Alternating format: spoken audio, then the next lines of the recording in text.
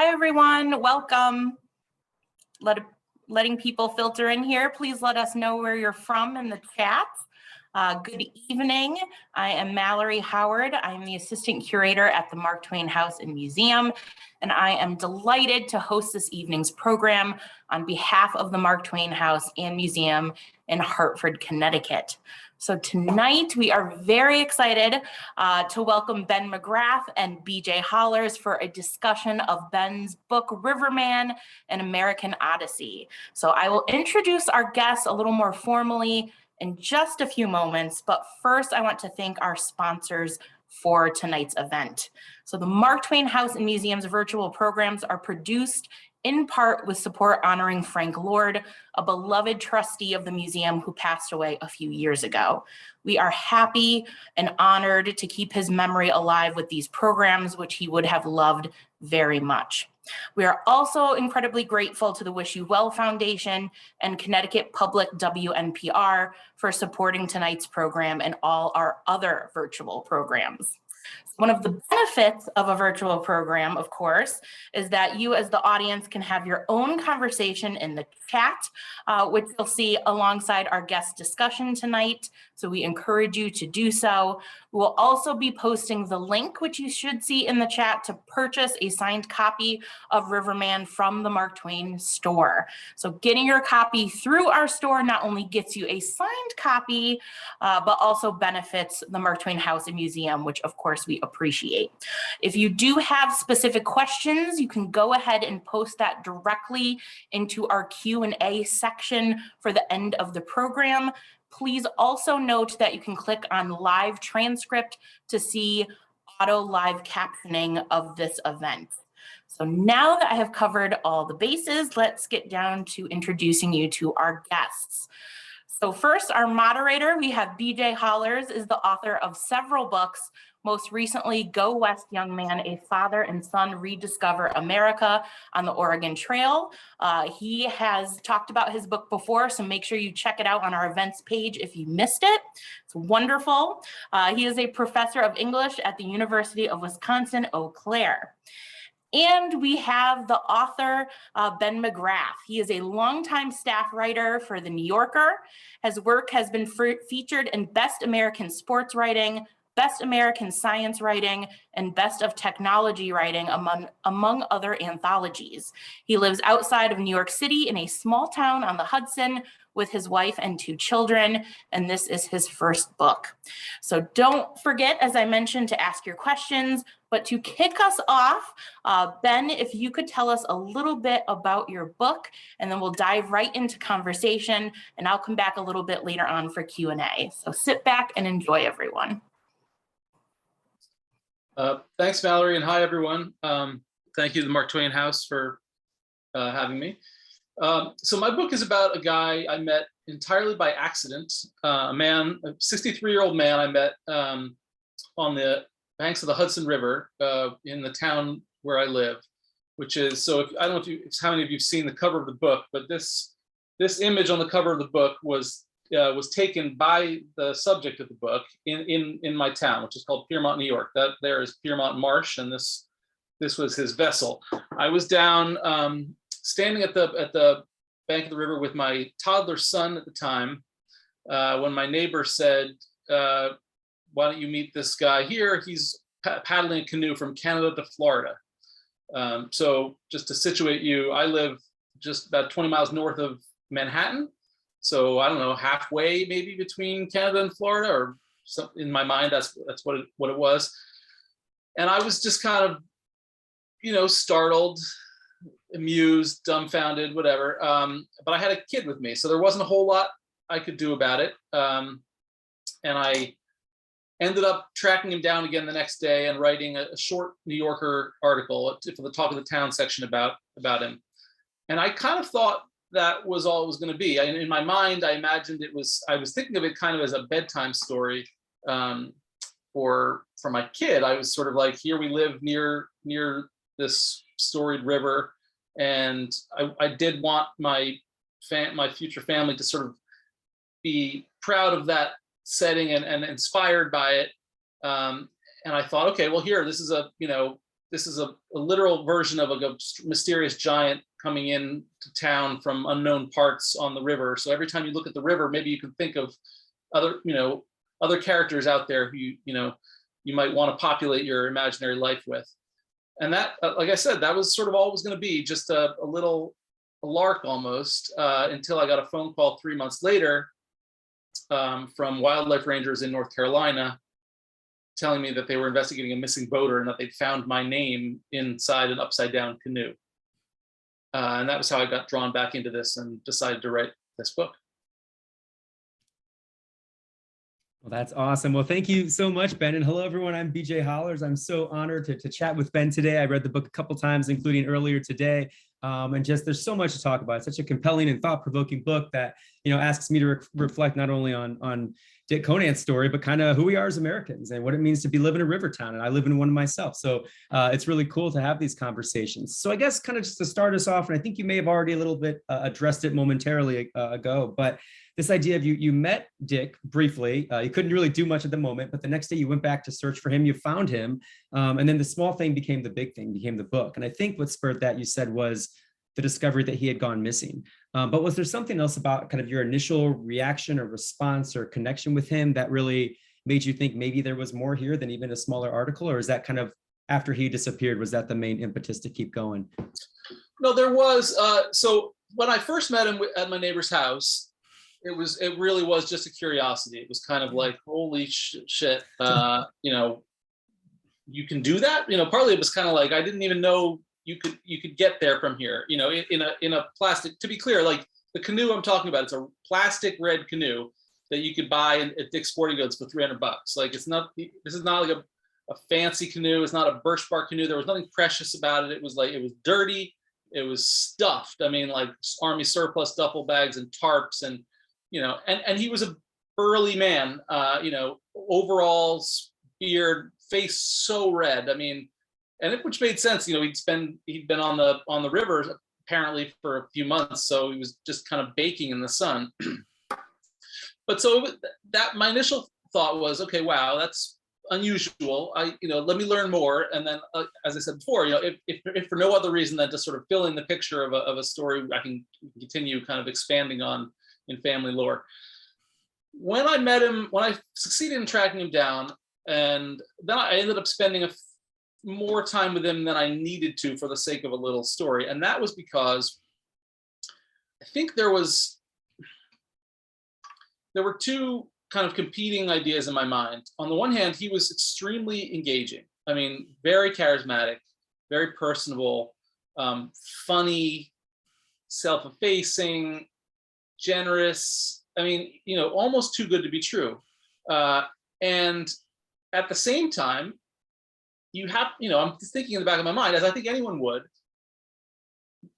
literally, it has to be too good to be true, right? I mean, it's not the kind of thing to go alone all the way down the country by yourself in a cheap plastic canoe is, however amazing it is. And I think now, and even thought then, but I've come to really think that it truly was an amazing feat that he was engaged in. I have nothing but respect for it.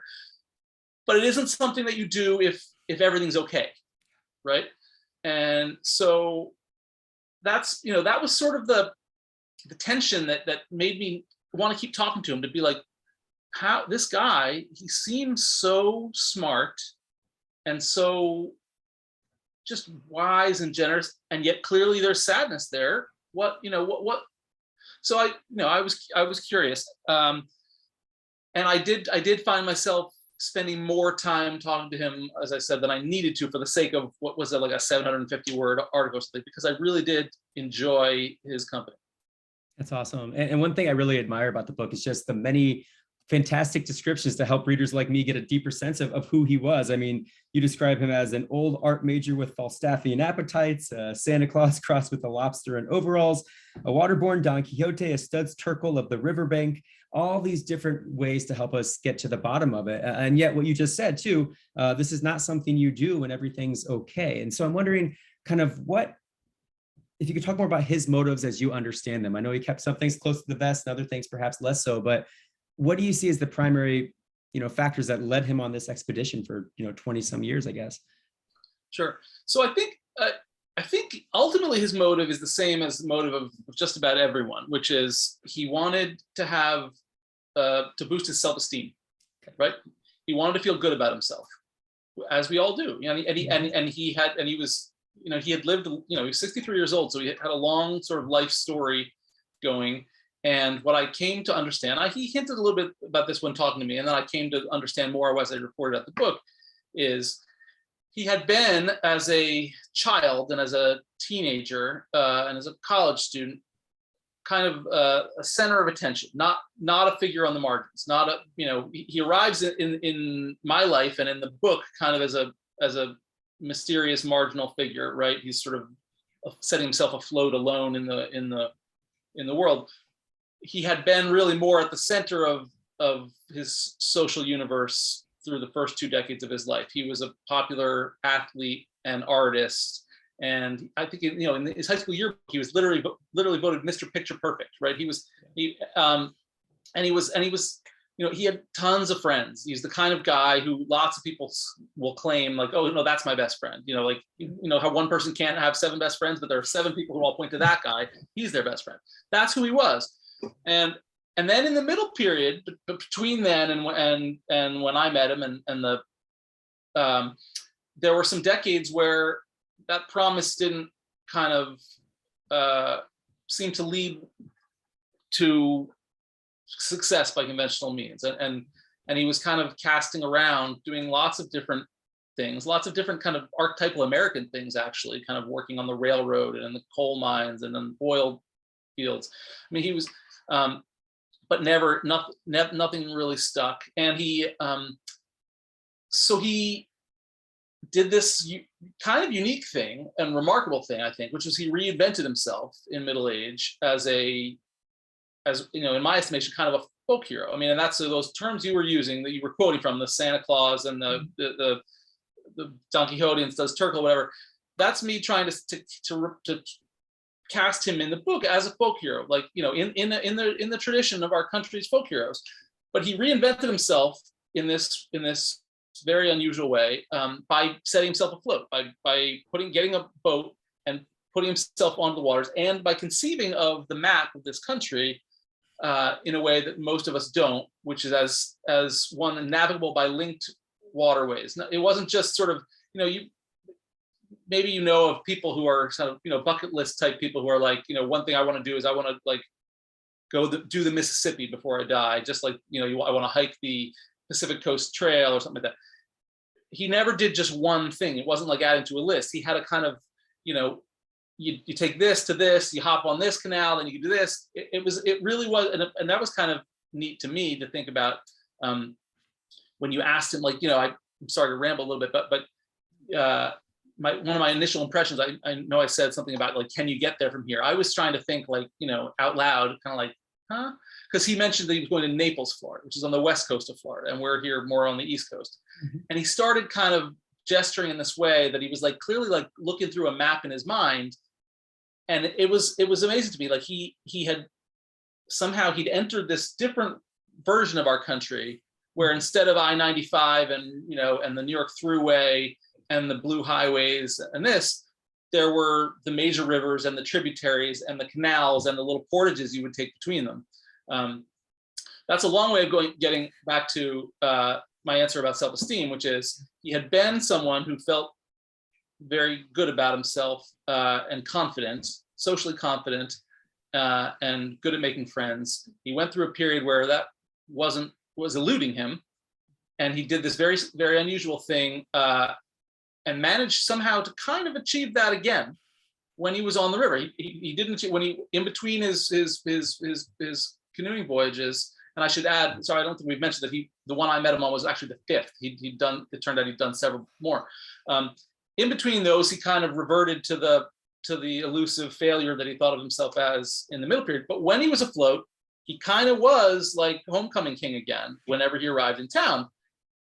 And that's powerful. And I think we all kind of want that, or some version of that for ourselves.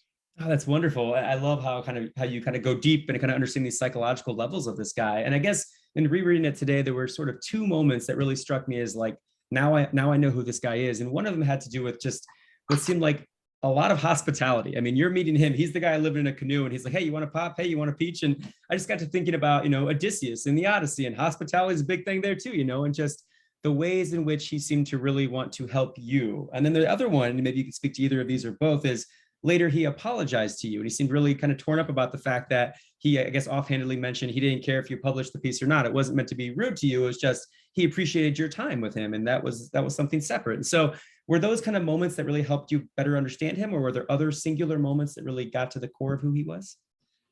Yeah, well, that second one is a particularly good one because it illustrates part of what I think is a little bit tragic about him, which is that he was extremely sensitive to others' perceptions of and judgments of him. Yeah. And so he had said this thing. So as you mentioned, he said, this was, as I was getting ready to leave, after the first day, I tracked him down. He said, and I wanted to keep talking to him, but I was in a rush. And he said, I don't even care if your article gets published. I just enjoy telling you my stories. And I thought nothing of it. And I get back the next day, and it turns out it's not just that he felt bad about it and, oh, isn't that sweet? He had been worrying about it. And that was this fine line where, like, going from like his genuine, generosity and concern for other people's feelings was tipping over to the line of almost self-harm, because he was, like he'd been agonizing over this. It was a throwaway remark. Like I kind of barely remembered that he said it, and then B, when he reminded me that he said it, it just like, oh right, yeah, what was wrong with that? But he was worried that it could have been taken the wrong way. And as I came to learn, this was sort of the essence of the challenges that he was facing. The term that I kind of liked that I later learned from one of his brothers that he used was that he struggled with mental barnacles, which was kind of fitting for his, the metaphor we're dealing with on the water. But right.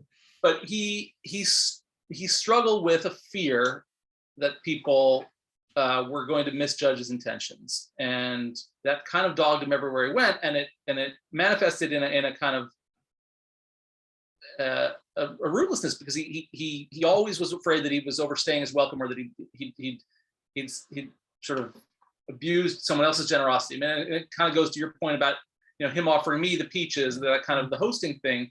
He was always sort of afraid that he was going to abuse other people's generosity, and had to keep moving, because if he stayed, and I think, unfortunately, from what I now know, it's possible that had I not come back and talked to him some more and reassured him that it was the farthest thing from my mind, that he could have continued to dwell on that fear, and then kind of concluded in retrospect that the whole thing had gone sour, and that's, unfortunately, that did happen in some of his relationships, and I'm lucky that it didn't in ours.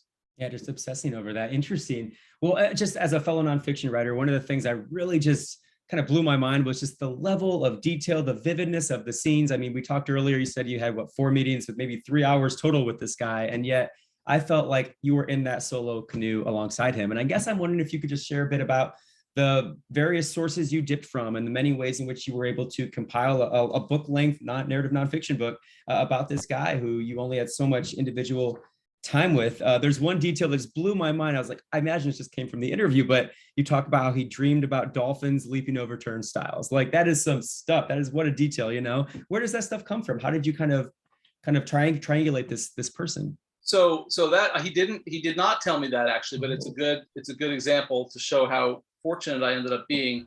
As a prelude to this question, I would say one of the challenges that you face as a nonfiction writer. So, most of my writing I'd done for the New Yorker magazine, where you're aspiring to write this kind of omniscient narrative nonfiction that seems almost novelistic about real people. But many of them, if they're at all famous or prominent in their fields, they don't actually have that much time to give you, and they have layers of interference to run you, and it becomes, and so I had found, by the time I decided to write this book, I was kind of chafing against this dilemma, which is like you're often you're trying to you're cobbling together like little morsels of stuff and trying to make it seem like you have had vast access to the interior life of of a very successful person, and in fact you barely had anything. And it's a kind of it's an impressive game that you play, but it begins to depend. Sometimes it can feel a little bit deceitful almost. And so here, yes, on the one hand, I spent a fairly limited amount of time specifically with the man, and so it wouldn't. But what happened is, so two things. One, he himself was a writer, not a published writer, but he was someone who wrote, who sort of engaged with the world narratively since early adulthood. He'd been writing essays for himself, and so, for instance, that he's the kind of person who would have a dream about dolphins jumping the turnstiles and then would write it down. So I benefited hugely in trying to reconstruct scenes from the fact that he himself was trying to construct scenes for posterity's sake. Now, to give you a sense of what I had access to, it's kind of unbelievable. The canoe was upside down, and inside the canoe, everything had been roped together. So inside that canoe, there were all these duffel bags and that, but inside there were these maps. And this is one of the funny details, I think, but it goes back to the answer I gave you before about how kind of interested I was in the idea that he kind of conceived of a different way of looking at the map of our country through like connecting waterways rather than highways. But oddly enough, he was navigating using road atlases. But what he was doing on those road atlases is writing down, like annotating his trips, like, and I mean like corner to corner. The pages are just full of blue ink just across. He's just writing, and it looked beautiful actually. There, and in the book, if anyone has the book, there's a color pullout, maybe around like page 110 or so, with a couple of reproductions of what some of those maps look like. And so one of the first things that I got access to was his brother, one of his brothers, he had many, mailed me those atlases after he recovered them from he went to the North Carolina, he gathered the stuff that was in the canoe, dried those out on his driveway in the sun dried them, and then shipped them to me. And the pages still turned for the most part, those kind of like spiral, plastic spiral bindings. And they included a lot of notes. More than that, he also had mailed typed manuscripts to some of his other brothers over the years, just for safekeeping, because he's traveling in a canoe. It's sort of like, he's got all this stuff he wanted to. So those were given to me also. Now, those you're talking now hundreds of pages of types, like single space typed manuscripts, full of details like the substance of his dreams. And then on top of that, we learned from going through the notations in some of those documents in the canoe itself that he was paying rent on these storage lockers in Utah and Montana. Brother opened those up, go in, there's, like these, those Mead marble composition notebooks. Yeah. Those, there's, I don't know, somewhere like eight of those that are just full of his writing in pen, just sort of page after page after page after page. Some of them are sort of diaries of life as an itinerant man on land. Some of them are, just kind of lists of books he's checked out from the library. And some of them are like the primary source material from previous river trips. And then photographs. So he had on some of his previous trips, he would take, he'd been doing this long enough that you can kind of trace the sort of evolution of technology for travel adventurers. So when he's first going, he's using those disposable cameras, and he's going into towns in like Yankton, South Dakota, or wherever it may be, Billings, Montana, and going to a photo shop and getting the 90-minute photo, like, and he's got the envelope with the kind of like with the negatives and he saved those were in the storage locker. So but then by the final trip that I met him on, he was using a digital camera. He'd upgraded, and the memory card of that camera, even though it was underwater, still worked after it had dried.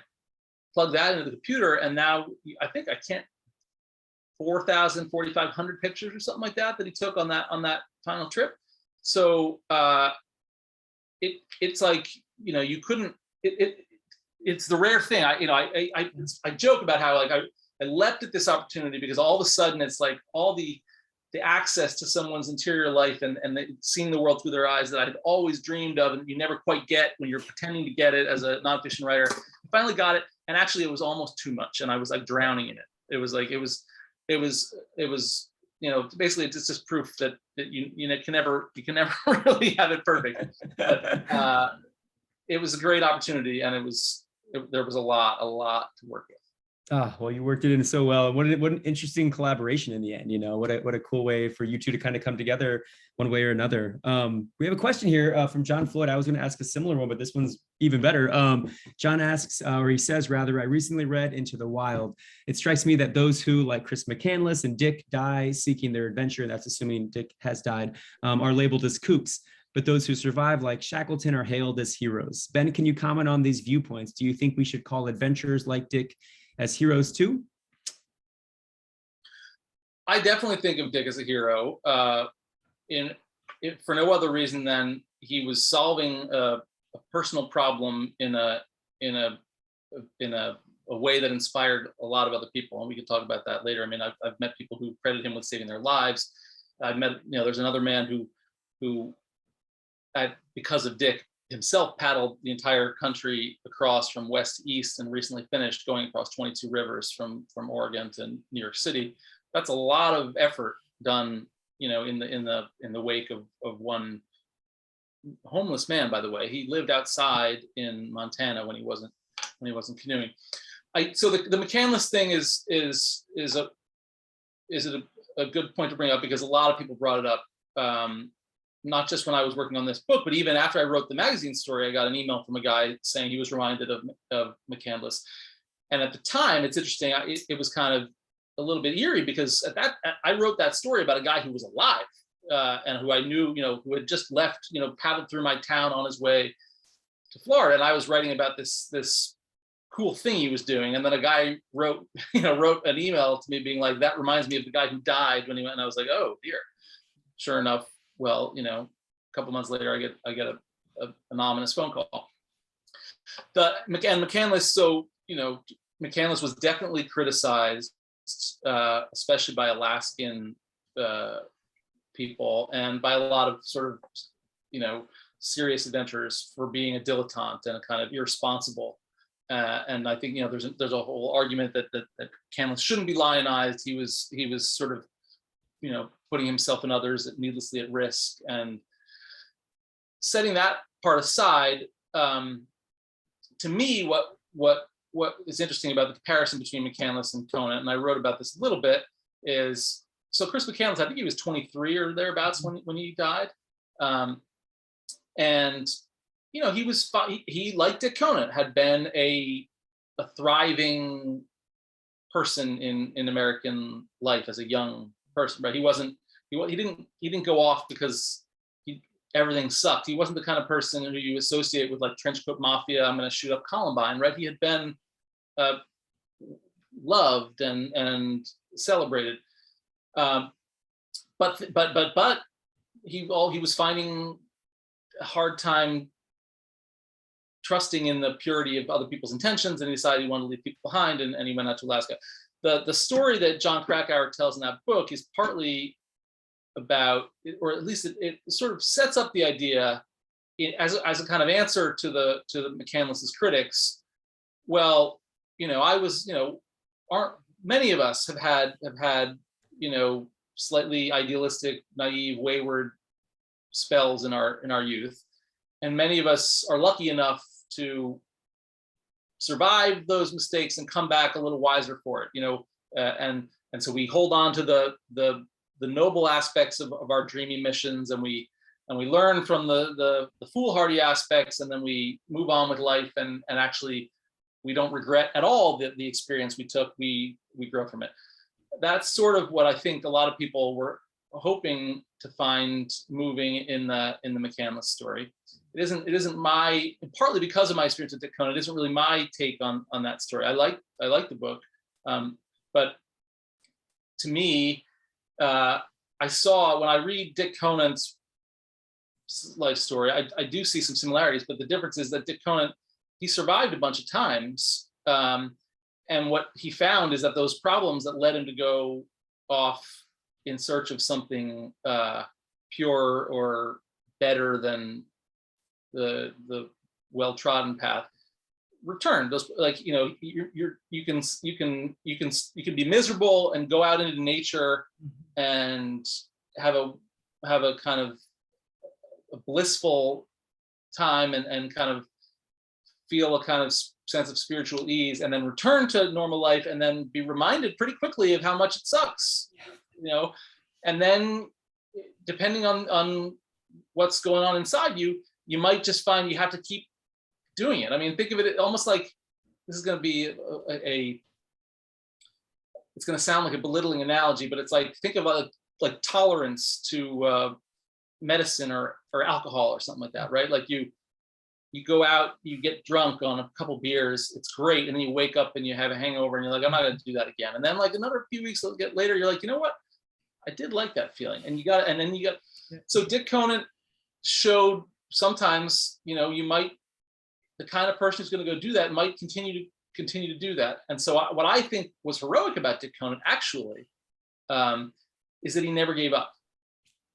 Till the end, he was an optimist in the face of a lot of hardship and a lot of sadness. He continued to think, well, and this is one of the things that's nice about the river trip as metaphor, at least, you know, there's always, you know, another something around the bend. There's always another spot. Like if it's not working here, get back in the boat, go and try again. And that's sort of the way he approached his post-canoeing life. And I think he deserves a lot of credit for it.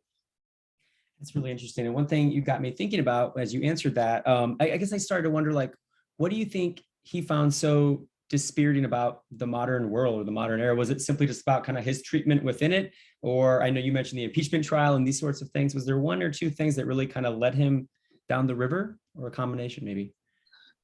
Well, I think he, and this is part of what it took me a while to learn to settle on this idea. And it took a lot of time on my own, both reading his writing and just continuing to think about it. I think he evolved over time. You know, he was doing this over a period of like 2 decades, kind of interspersed. When he started, and you mentioned the impeachment, right? When he started in his 40s doing these trips, I don't think he was as yet ready to concede how fucked his lot was. He still, you know, he was a very smart guy. He was in graduate school all the time, into his 50s. Very well read. So initially, when he's still in his younger middle age, he's still inclined to think of this as a problem with the world as it is currently, as opposed to a problem that he needs to deal with internally. I mean, that's overstating it. Obviously, he knows that he's got his issues that he's working through, but he's more apt to describe it in terms of like, you know, look at this bullshit in Washington. Look at this, you know, the modern world. There's too much concrete. The other element of it is also that he's savvy enough to realize that resonates with people in a way that just sort of opening your heart to a stranger doesn't as easily, right? So when you meet a person right off the bat, you're going down the river, it's a little bit like saying, how about those Yankees, or what do you think about the weather? Right. And you're like, yeah, goddamn impeachment, you know, rather than saying like, oh, well, since you asked how I'm doing, let me tell you, you know, I was working in, sorry, my chair just so sorry about that. This is not my chair. Over time, I think he becomes more aware that he's dealing with a micro story of his own, and coming up with kind of a macro solution, which is like going out into the country and discovering the country writ large. And but that took him some time, and that's one of the ways in which I admired him, again, another contrast with McCandless, which is this is nothing against McCandless, this is about a function of his age. Dick was actually pretty good at talking to, for instance, I talked to a guy who met Dick in a coffee shop, I think in Chattanooga in 2010, I want to say. And this guy was, in his 20s, and he was an idealistic, kind of angry young man. And he had like many people, he remembered very vividly his conversations that he had with Dick Conant, who spent, I think, like 2 weeks camped on an island in the middle of the Tennessee River in Chattanooga for a while. But part of what he said was that Dick Conant, like, he was sort of spouting off with all his young, angry young man ideas, and Dick was kind of laughing and being like, "Oh my God, like, you have so much to learn. Like, you just you don't know, your ideas are going to change several times. Like, which of course they would, And so, because I met Dick Conant as a 63-year-old, I really looked up, he struck me as someone who was wiser than me in many ways, because he had more perspective. He'd been through a lot, and he'd read a lot, and he'd survived a lot of, near-death experience. Something to offer that was beyond just sort of, ideals of, quoting Tolstoy or something like that. That's really interesting. And another comparison that we've talked about via email is Nomadland, and this idea of kind of itinerant lifestyle, kind of the uprootedness of it all. And I guess I'm wondering if you see Dick's story as kind of another part of that itinerant lifestyle on the river, or if it's sort of a separate thing altogether more. I'm not sure if Chris McCandless is one version and Nomadland's the other, or if there's some overlap, but kind of how do you see any connection there, or do you? I do. That's another example that a number of people have made to me, and it led me to go out and watch the movie, and I liked the movie. I do think there's something there. I mean, Nomadland is for those who haven't seen it, it's sort of about this tribe of I think the main character works for Amazon or something like that, mm-hmm. and they're kind of living. It's sort of like the grim version of van life, right? I mean, these are people who are the real, the more honest version of van life, right? These people who are living kind of somewhat off-gridded lives because of the 21st century capitalist economy and what it has done to them, and choosing to embrace that to an extent. And so Dick Conant he does sort of fit in that category, but to me, and so and it's, I guess I should say, I'm not sure that if everyone were to follow Dick Conant's, like, I don't know that you could have a whole tribe of people, like in Nomadland, there are these big communities of people who are doing this together out in the desert out west. And I guess there are such places, on the water. There are, out in San Francisco, I think, there are fascinating communities of mostly impoverished people living on the water, with their own kind of social networks and rituals. And I've read some really interesting pieces about them. But the kind of the itinerant, Dick. Part of what made Dick's story work was how unusual it was, and so it's possible that if there were thousands of people going down the rivers expecting generosity at every town they reached, the generosity might dry up. Sure. But the thing that struck me though, watching the movie and thinking about Dick's differences. So the landscape in Nomadland is mostly the American West, in sort of, it's big. You get big mountains and desert, and it's awe-inspiring landscape. But the people, you get sort of small people against vast landscape, and it's sort of it's meant to kind of put you in this humbling perspective of who what all of us are small against nature, and that's a useful framing and perspective. But the characters in it, in spite of what they say, those are a lot of the people in that movie are, and I know the movie's based on a book, but I haven't read the book. I've only seen the movie. A lot of the characters in the movie are real people, not actors, and they are sort of giving voice to their lifestyle. And in spite of what they say about the virtues of the lifestyle, they do not appear to be having a lot of fun. Right. They attest to their contentedness, but you don't watch that and think, that I wish that were me. You can watch it and have a lot of sympathy for them. You can watch it and have a lot of respect for them, but you don't kind of watch it and be like, there's a part of me, maybe only 40% of me, there's a part of me that wants to do that tomorrow and leave everything behind. Dick Conant, his whole thing was kind of about finding delight and joy. And I do think water is part of that. I mean, the desert is sort of it's antiseptic. There's something like you can't, it doesn't invite you in. It invites you to kind of sit back and look at it, but you don't participate in it.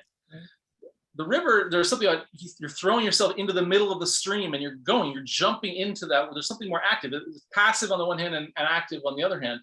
And I thought there was like the only moment in the Nomad, there's one like kind of montage scene in Nomadland where Frances McDormand's character, that's the lead character, she's lying naked in a waterfall. And that's like the only moment, and it's like a few seconds, but where in the movie where like it looks like she's having enough fun that I kind of thought, oh, I would like to be there in that waterfall. That looks great. Dick Conant, like his life was really shitty and gritty a lot of the time, but also when I look at his pictures, they blow my mind. Like I want to be where he wakes up every morning. I want to be there. It's like you absolutely do. And so that's, for me, it was more fun to sort of inhabit that world for a few years while working on this because it really did seem thrilling, not just worthy of respect, but worthy of joy. Oh, that's great. And I want to invite people to chat some questions in the Q&A. I see we have one that's already there. And as other folks are chatting in, I have one last one for me, and then we'll get to yours, Sharon, as well. When I talk about, what makes a good story in the classroom, I'm always going on about, you got to have this awesome character often, a great storyline, but also like the timing matters. And I'm wondering, if there's a moment or a lesson for modern America and the timeliness of this story. Is there something that we can all take from Dick's experiences that really resonates with today, I guess? So the main thing I kept finding over and over again as I went through this was, and it's even started with the beginning, was sort of the virtue of being open to endless possibility, like not foreclosing. We have so many inputs in our lives that we kind of siphon various things off, and Dick Conant's story kept surprising me. Not just, from the minute I met him, of course, because he didn't seem real, and then at every turn. And it was a reminder, like, this is a guy who, in a different context, you'd see him and you would look the other way. He definitely was the kind of person who, if he hadn't been in the canoe, you would have walked down there and been like, in the corner of your eye, you would have seen him and you would have trained your eyes to look the other way because you didn't want to get stuck in the conversation because you know how it's going to go. And there's a cycle of guilt. So you just, and I'm not saying that's wrong. Like, we all have, there's a self-preserving instinct there, you don't know. But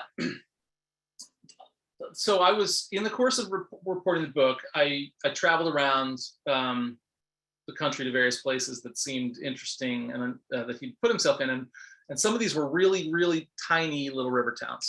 So I was in this town, this is not in the book, but it's a anecdote that I think gets at the point I'm trying to make here about expanding the sense of what's possible. This town of Rome, Indiana, the population I think is like 36. It's on the Ohio River. And I drive up to a dead end there. And I went there because, Dick had written some interesting things about his own experiences there. I drive up to a dead end where it meets the river. And there's a group of people kind of sitting around I don't know if it was a fire, but they're sitting around, they've got there's a big chicken wire basket full of like empty Miller Lite cans. And they're just kind of playing. I think maybe they were playing horseshoes. Some kids were driving golf carts around. It was just like maybe a dozen people there. And I'm talking to them. And one of the guys says, he's never left this little pocket of Indiana his entire life. He doesn't know why he would want to go anywhere else. This is as good as it gets. He's sort of staring at the river and kind of like, this is, but then he's like, now that you mention it, I have this cousin who rowed across the Atlantic Ocean. And then he's like, actually, no, she did it twice because the first time she tipped over and she had to get rescued by the Coast Guard. And so I was puzzled by that story. And the other thing. And he said, oh, and by the way, also she applied for something. She's on the top like 2,000 people on a list to like go to Mars for NASA. And I was like, this is a very strange story.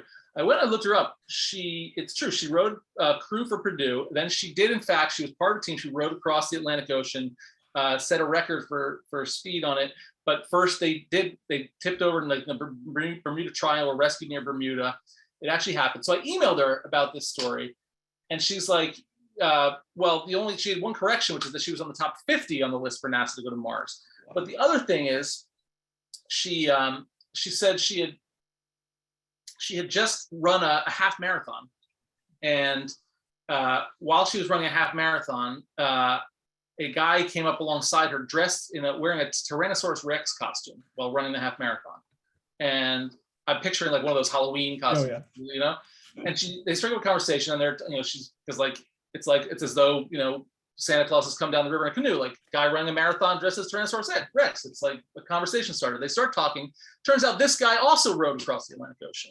I mean, and so she ended the email to me with, "The world is certainly an amazing place." And that was sort of my takeaway from the kind of the inspiring element of Dick Conant's, the kind of the capacity for amazement and wonder at every turn, if you just keep yourself open to it. Oh, that's great. That's great. And we do have a question from Sharon I want to make sure we can get to. And again, I want to invite other people to chime in. This is best when we all have a chance to ask the author some stuff. So Sharon asks or says, you have cracked the code for nonfiction. Do you have in mind a person or topic for your next book? I don't think I've cracked the code. I certainly struggled with the code, but I haven't. I would love your suggestions. I've come out of this. I've got a bunch of little projects going right now, but I'm finding it hard to get into anything particularly big, partly as like a hangover effect of something quite this exhaustive. And I would love another topic to get started. I would like something else to like sort of wedge itself into my mind and not leave in the way that story did. The problem, of course, is that this one just floated into my like I didn't really. It just came to me. It happened. I mean, not only, and it was like, and it kept in so many different ways. Like first, just by accident, I met him on the river, and then purely by accident, I ended up being the first person they called, and it just sort of it felt like someone else chose for me to write the book. I don't want to sound like too weirdly spiritual about it, but it did kind of feel like that. Like it was uncanny, and so I felt I couldn't not write the book. And now I'm stuck because I would like to come up with another topic, and I don't know how to do it anymore because it's unlikely. It's in spite of what I thought I was going to be teaching my son, that like when you look at the river, you can, you never know what's going to come down. Any day now, another new giant can come down the river. I don't actually think that's the way the next subject's going to come. Maybe I should be looking to the sky. Maybe it's going to be something falling. That movie, The Gods Must Be Crazy. I don't know if you saw that. Yes, familiar. Yes. Yeah, maybe that's. We'll see. Anyway, that was gonna be my suggestion. Yeah. Please send me your suggestions if you've got them. That's wonderful. And Mallory's back. Mallory, do you want to jump in? Anything you'd like to share or say? Actually, I had a question myself, and just wondering, from when you received the phone call about him, how long between that and deciding you were going to tackle it and turn it into a book? I mean, did you do some initial research to see if you had enough to construct a book out of it? How did that sort of evolve? So it definitely did. So when I got the phone call, the ranger who called actually specifically asked me not to do anything more. I told him at the time, it took me only a couple seconds to realize who he was calling about. I should add that, in a weird way, he thought he was calling, he was hoping, and it was a shot in the dark, he was hoping that I was going to say, "Oh, you found my canoe." Like he didn't. And so I said, "Oh no, you must be talking about this guy, Dick Conant. He's paddling to Florida." So at that moment, he was sort of in kind of investigation mode, kind of being a proper officer of the law. He was sort of going by the book, and he was like, "I need to get in touch with his family. And I would ask you not to interfere. This is an active investigation." So I was kind of stuck at that moment with like a ton of emotions and guilt, actually, because I felt I had actually thought about getting in touch with his family beforehand, just because I thought I'd met him and he was interesting and it seemed complicated, but I didn't because it seemed complicated and I didn't want to get overstep. So I was sort of stymied and I couldn't do anything, and I just was at a loss. How much time then elapsed before, maybe it was a matter of a couple of weeks or something before a friend of the family emailed me and said that 2 of his brothers would like to meet me. And so because the invitation came from that side instead of being initiated by me, I accepted the meeting. And then it was a sort of a rolling process where I was envisioning not a book yet, but I certainly was thinking I would do a follow-up article at least, among other reasons, just to write about me. At the time I was thinking, I didn't believe that anyone I'd ever written about had yet died, if that was the case here.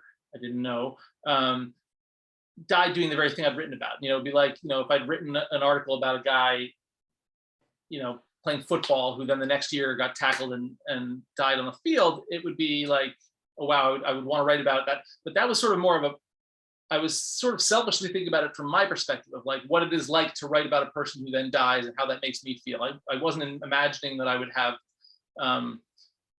so much access to his own story. But when his brothers came and started sharing with me this writing, and then another brother gave me those maps that I talked about, the annotated atlases, I definitely began to think that I could, at the very least, retrace his last voyage as a kind of tribute to kind of complete that story for him. And I think the book aspect of it really became unavoidable to me when I saw the inside of the storage lockers and saw just how much of a life was sort of tucked away there in boxes to be unpacked. And I should add, the feedback I was getting as I began calling, I joked in the book that I thought of myself as a telemarketer. I began kind of calling around the country, following up on the names that appeared in all of his notes, kind of to try and cross-check both what he was saying, which seemed kind of unrealistic in some ways, and also as a kind of a cross-check of my own emotional reaction to him, because I worried at times, like, he's this guy, he's a little bit odd, doing a very odd thing. Maybe I'm just obsessed with him and it's other people. And so then I would get this feedback from other people, and they were as moved or more moved even than I had been. And that, the last thing I'll say is on that is there was one guy in particular I talked to who's an accountant in Alabama, and he said, and he'd read little snippets of Dick's writing, and they'd spent, I don't know, a couple days together, that's it. And he said, if you have his journals and you don't write a book, dude, then you failed. Like, don't let this guy down. And I kind of felt like, all right, so I've been given my marching orders by a man in Alabama who I would never meet. But yeah. Wow, that's fascinating. Well, thank you for that. We did get another question before we wrap up. So if anyone has any questions that they're thinking about, now's your last chance to get them in. But we have Annie, who said, not quite finished the book yet, but it is awesome. Thank you. Dick avoided the Chesapeake on his final trip south. Did you get a sense he was most comfortable in smaller bodies of water? He was definitely most comfortable hugging the shore. He had spent, and the Chesapeake would have been a bear, there's no question. He had been on the Missouri River in 1999. He was on some stretches that were pretty oceanic in their way, where it's dammed up in kind of the Dakotas. And he would write about that, kind of being waves, like breaking waves kind of thing. And the Chesapeake would have been close to that. So yeah, I mean, he liked the vast kind of viewscape that you could get from big places, but he didn't try to do like big open water crossings. And actually, this is one of the mistakes that the investigators in North Carolina made initially, and it wasn't a mistake you can fault them for, because they had no way of knowing what his habits were. They were dealing with a complete stranger. Was they kind of envisioned him going, so where his boat was turned upside down was the Albemarle Sound, which is about, I don't know, 10 or 12 miles across north to south and 50 miles east to west. And they kind of envisioned him going straight down this river and like straight down, and kind of flew out all over the middle of the sound looking for him. Whereas in fact, what he intended to do is what he always would have done, which is would like come down and hug the shore all the way around, because he really didn't like to go more than a mile or two out into open water if he could avoid it. So yeah, the Chesapeake was going to be hard, no way about it. Okay, we have another question. Ben, have you ever considered doing something on such an epic scale? No. So part of the other reason I was drawn to Dick is that I have this sort of push-pull relationship with that kind of adventure. Like I am amazed by it, but I'm also kind of a homebody. And so I do a lot of like, I go out on the river all the time. I used to go kayaking. Now I've taught myself how to windsurf on the river. But my version of like going into the wild to escape is like going out for a couple of hours and coming home. Yeah. And I like to put myself in places where I can get the headspace, where I can trick myself into thinking that I'm like on the Stampede Trail in Alaska, but really I'm just on top of the mountain near my house, and I could throw a baseball to a house if I caught the hill just right.